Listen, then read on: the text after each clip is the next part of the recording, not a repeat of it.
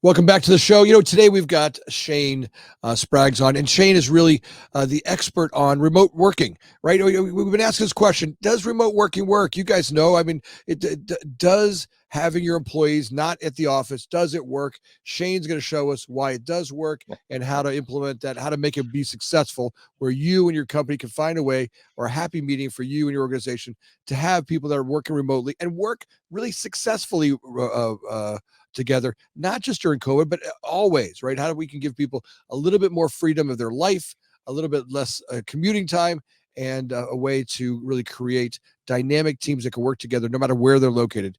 Shane, welcome to the show. Thanks so much, Anthony. Pleasure to be here. I'm not a big believer in remote workers. I think that people go and they screw off at home. I don't see the opportunity for someone to, maybe the good workers that work great in the office work great, but the people that aren't great in the office usually don't work great at home. And the problem is I've never been successful at it. So I naysay it all the time, but Yeah, I'm yeah, always interested in how to change that mindset. sure. And I think it start things off by saying that it isn't for everyone. Some people want to work remotely, other people's don't, and it's okay. It's an opportunity for businesses to offer a different work style for those who can make it work for them. And there are definitely businesses out there that are making it happen. There's a software development company out in Vancouver called Jane. They're 400 people. They work remotely to build this. It's a booking software for massages and dental care and all that stuff. So you can they have made it work for 400 people. Is it going to work for a company of 4,000? I don't know. Maybe we'll get there at some point. But I do know that for a startup, it gives a startup a lot of flexibility. They can hire people from anywhere in the country, and they can um, have them collaborate with them without having to get an office and get pay people uh, for time that they aren't are wasting in their commute. And another good example is a company I worked with last week called ES Volta. They are a company that is a green energy company. They buy solar and wind power off the grid during the day and sell it back to the grid at night. And you'd think this is a company that has to be in person, but the owner of the company said it perfectly. He lives in Newport Beach. He didn't think that all the best battery people in the country were going to be in Newport Beach, so he had to go hire them where they were. And that is the advantage that remote work brings you. And maybe at some point they'll establish an office, and they'll go from there. But yeah, it really comes down to personal taste, and we can go into some of the things that make a remote work company successful, if you like. No, I get it. Look, my accountant, they're an office of over 400 people, and they've got remote work. In fact, I was with them this week, and we are going through our financials, and I'm like, Steve, how do you guys do it? He goes, look, I can't not do it. He goes, my accountants, first of all, most of them don't want to come to an office. I can't get enough people to grow the company without offering remote because I need to be able to pick from a pool larger than our current marketplace that people don't want to commute an hour or 2 hours in their car to get there. So he'd have to pull from a place that would, it would be a much larger ring than he can get people for. And he's finding that they can do just as good a job at their house as they can, from the office. And I'm kind of a little bit like, how are they collaborating? How are they, my little brain feels like people are pissing off when they're sitting at home. Yeah, They're in their yeah, underwear, they're hanging out, they're watching Oprah, and they're not getting the job done. Now, I could also say that might be my inability to manage that, and that's where the first place I like to go yeah, is yeah. if we're going to look at how we get people to work remote, what are the KPIs, and how do we establish a way of working that has someone, one, have performance, but two, also feel related, right? Where they have a relationship with the people in their office, so they're not just a hired gun. Or they really want to the company's success, right? Yeah. Well, let's start there. So, how do you know people are being successful in an office? One, I here. their interactions with the teammates as we go down a path, right? If I have a meeting, I bring somebody in. They're in the meeting with me. We're asking questions. They have answers to it. I can watch their team. They turn projects over on time. For me, it's construction, so turning projects over on time, making money on it, making customers happy with quality, right? Right, So right. when those things happen, I know that I've got success. And how are you measuring those things? How are you capturing those results? So that all has to do with really setting up systems to create the results, right? So being able to go back and go, all right, if we want to be able to turn over a project on, let's call it January 1, right? If Yeah, that's the yeah. day we want to send it over to operation to the people that are going to operate, the owner, we got to back up and go, all right, what do we have to do during the year to get the project so that January 1 we're 100% done?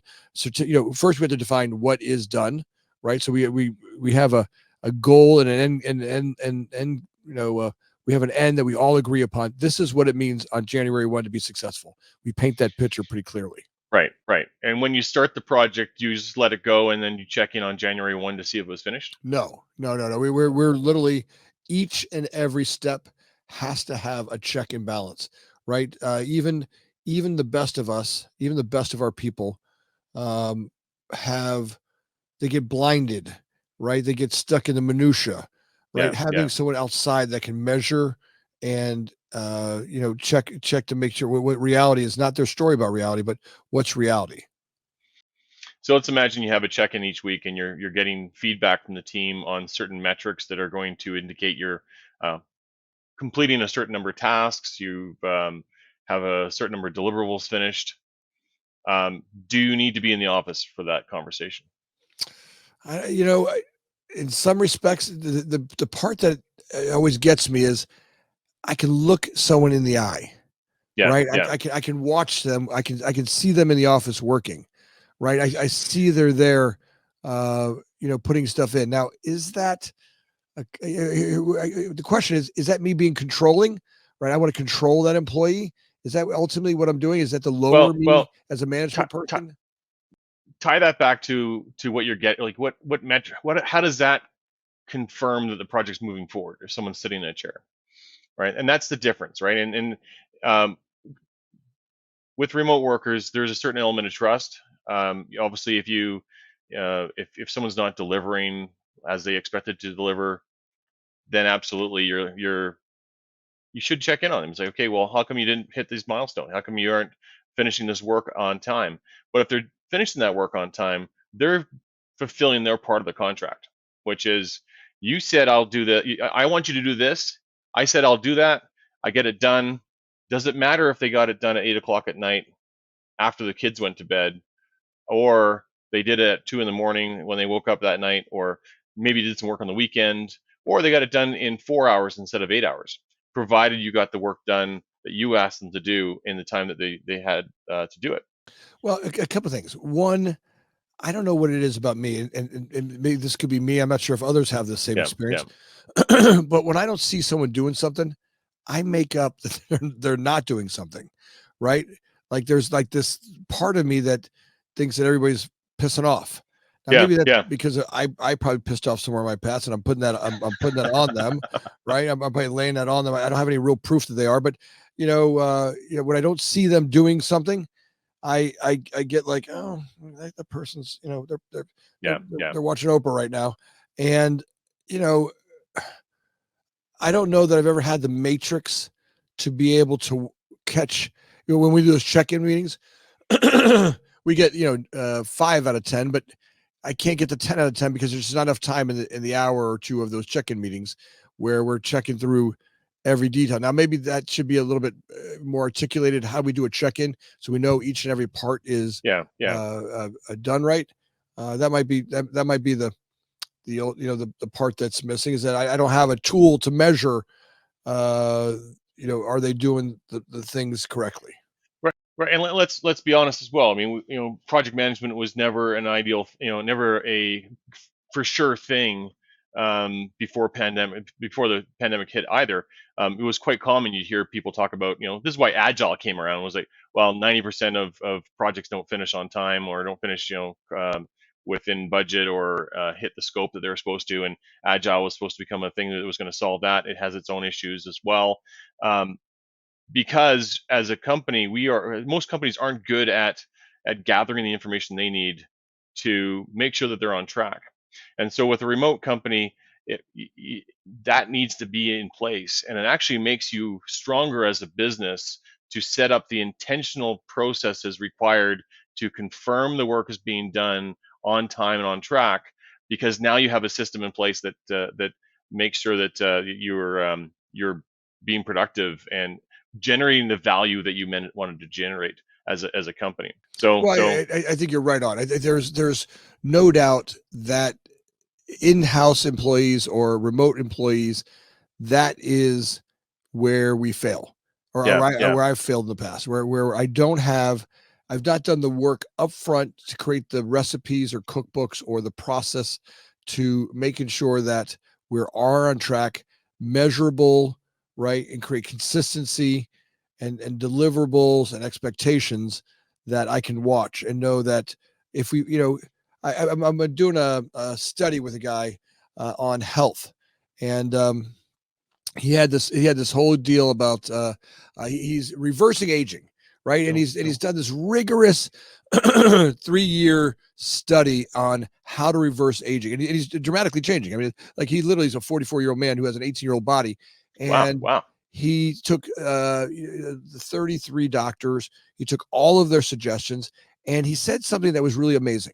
He said, "My job is to follow their plan absolutely rigorously." He goes, "The only job I have is not to make a plan. They made the plan up, right?"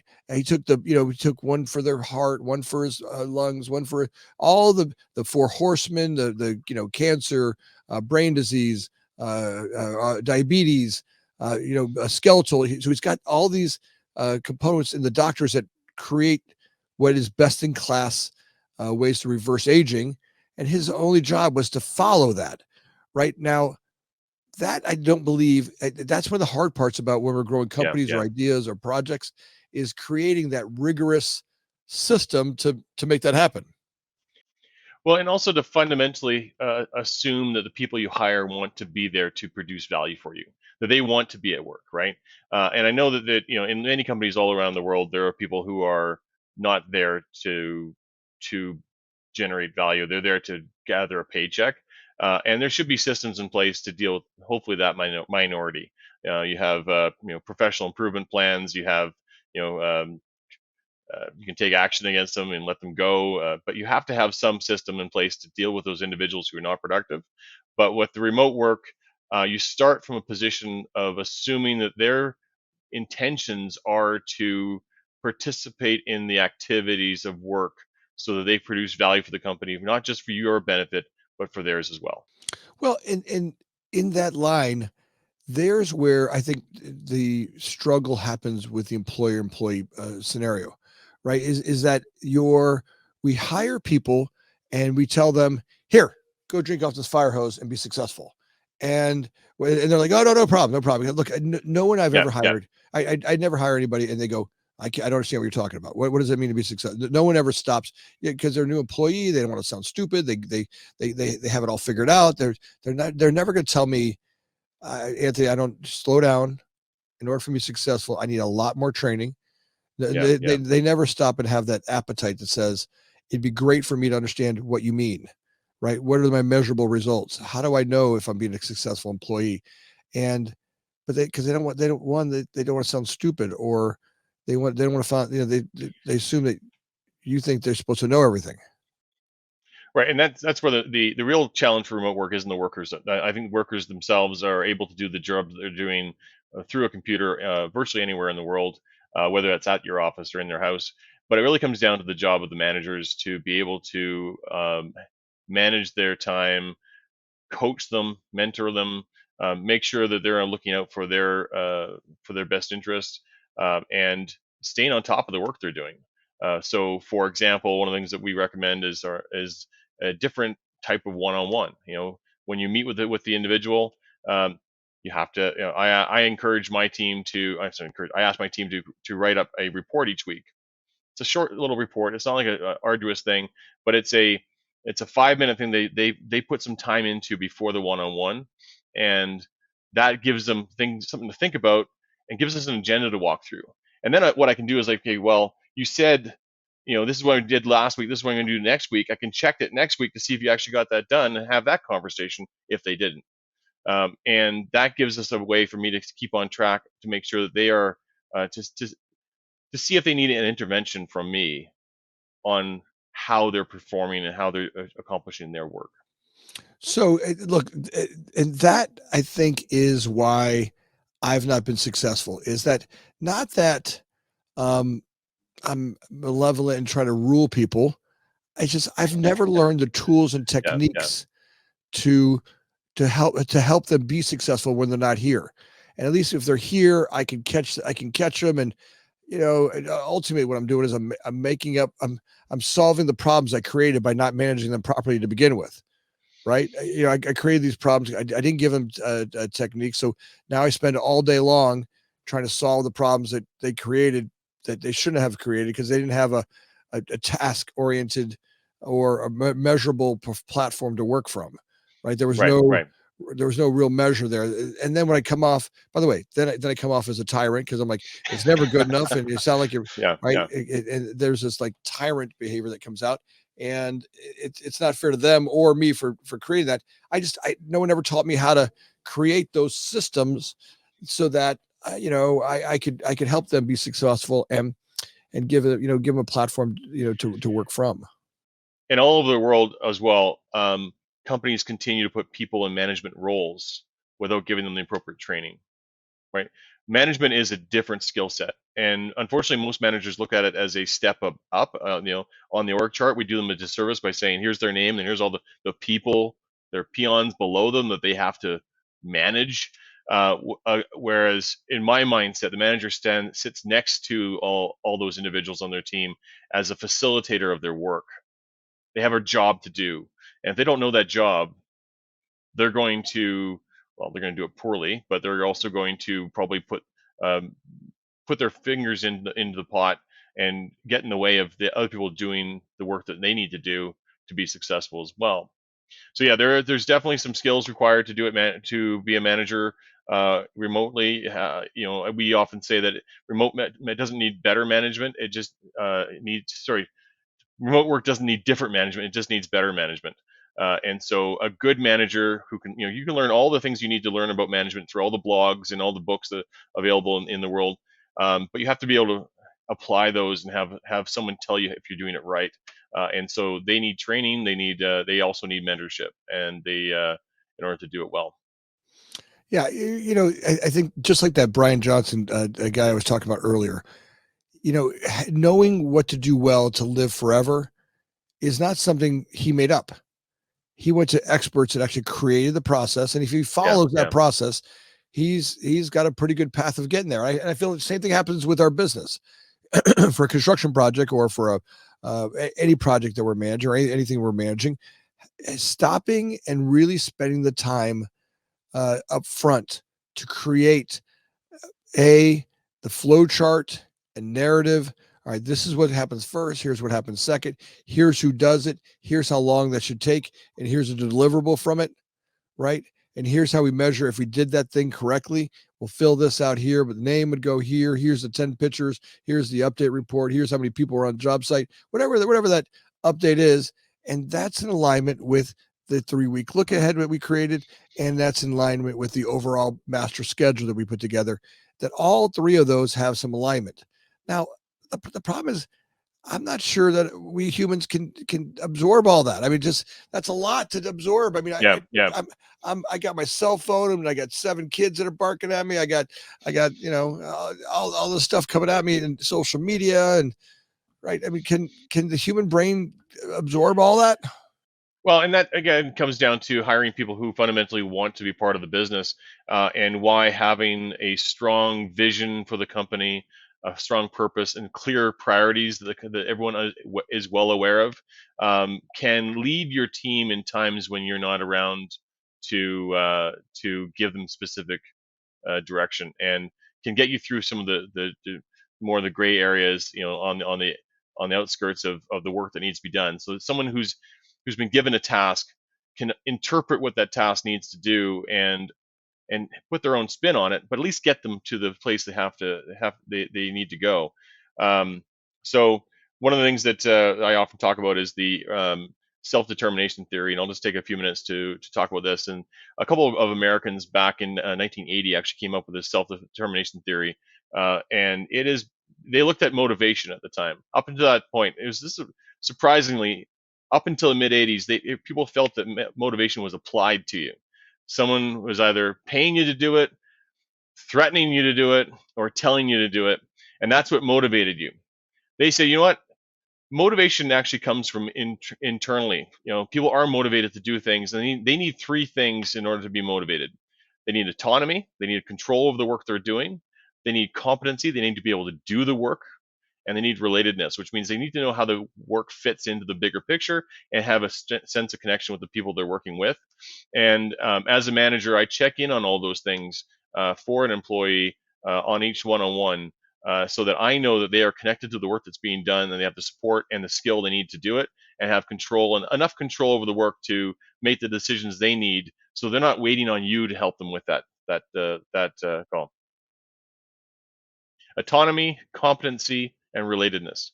Relatedness is the most fuzzy thing because people often mistake relatedness with social, but it's it's the relationships you have with others, and it's one step past that conversation you're having at networking. It's one step past small talk. It's you've either gone through something with a project with somebody, or you've learned a bit about their hometown or whatnot, and it's exactly the same thing that I'll say kids these days date me, but kids these days are getting when they play online games. We all know those stories about kids who play games with people they've never met, and they finally meet in person years later, and they have a strong bond because they have something in common, and they're able to be connected with each other despite the fact they've never met in person. Well, I think that's really important. That relatedness, that part that says, one, I like you, I like the company I work for, I want their success, I want the people's success. I think that has to go both ways, right? The people in the company have to want that person's success, and the person's got to want the company's success. In that relatedness, I think that's a key corner to that triangle you're talking about. That relatedness has to be, the more that grows, the other two corners kind of seem to work out a little bit. More that shrinks, the other two corners get affected as well. I think that in itself is a big component there. And you get it for free when you work in the office. That's the thing, is that when people work together in an office, that happens naturally. People form bonds with each other, and they build that relatedness that they need to do work successfully.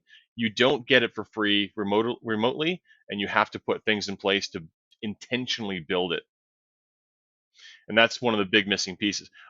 The other flip side of it is that I've been working with Tira for the last 4 years. It's the least drama or most drama-free business I've ever worked for, because people are there to work. It's not a high school reunion. it's just it, and there's fewer issues with people between each other. And when you're in an office, relatedness can also go both ways. You can have bad things happen, and people have bad relationships for a number of reasons. Absolutely. So now that was first. Relatedness was one. What was the other one? A competency is pretty straightforward, and this is do you have the skills necessary to do the work? Are you this goes both ways. You can have too many skills and not be motivated to do the work because it's beneath you, or you can have not enough skills and not be motivated to do the work because you don't feel qualified to do the work. And so it's a manager's job to make sure that, hey, do you know what you're doing? Is this task going to force you to grow a bit? You're going to learn a bit? Is it going to be just enough growth? It's going to stretch you just a little bit, and that's the sweet spot. It doesn't always happen, but that's the next thing. And the last one is autonomy. Let me go back to that one. So I think that piece that you're talking about is as much understanding what I have to do, right? I mean, one of the biggest issues I have is that people are doing things, they're working their ass off.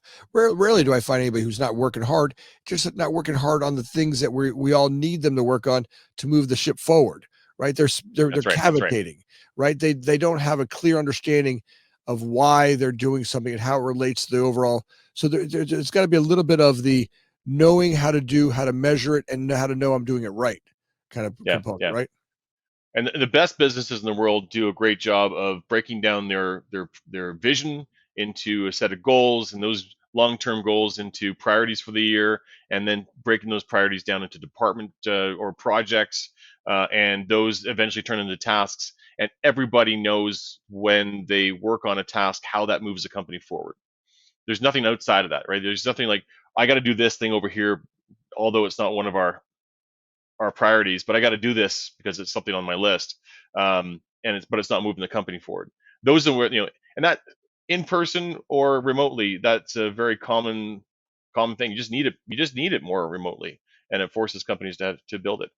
And so when you're on your day-to-day basis, on a day-to-day basis, I think each role, the more we define what the tasks are and what success in the task is and how to do the task successful, timing and deliverable, understanding what the task is, when it needs to be done, Yeah, yeah, who it needs to be done by. I think that gives, it takes a little bit of that guesswork out, which, especially for new employees, they're not sure how big a net to throw on anything, right? They never know, yeah, yeah, you know, and so they're over there working their ass off on something that they're like, hey, we didn't really need you to do that, and yeah, and yeah. and that gets really depressing.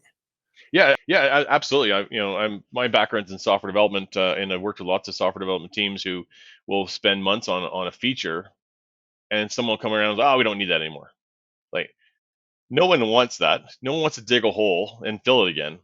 And it's demoralizing. And if you do that to your best team, they're going to leave you, whether you're in the office or not. Yeah. All right. So what's the third one? Autonomy. So autonomy is, do I have the ability to make my own decisions around this work? And I like to talk about how, in terms of, you should give them point A and point B, but help them figure out the route between those two. But don't tell them what the route is. A good manager will let them will ask them to say, okay, here's point A and point B. How are you going to get there? Well, I think if you did it this way, it might take you a little bit less time. Or, based on what you said, I don't think you're qualified to do this task. Or, yeah, this looks great. Go ahead and do it.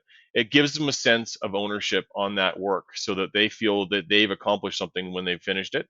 And oftentimes there's more than one way to solve a problem. Maybe not in construction. Sometimes you have to be very specific, but in a lot of other certainly office and white collar jobs, there's any number of things, ways of completing a task, and giving people control over that makes them feel a lot more motivated and connected with the work.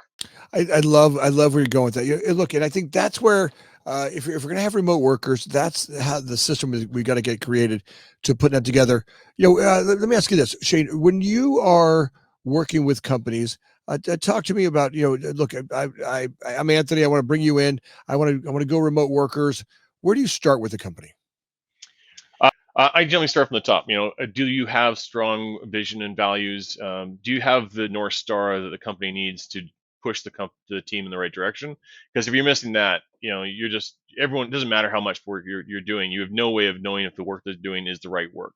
And so fundamentally having that structure where at least the strategy is established, and that the work that's being scheduled comes from that strategy.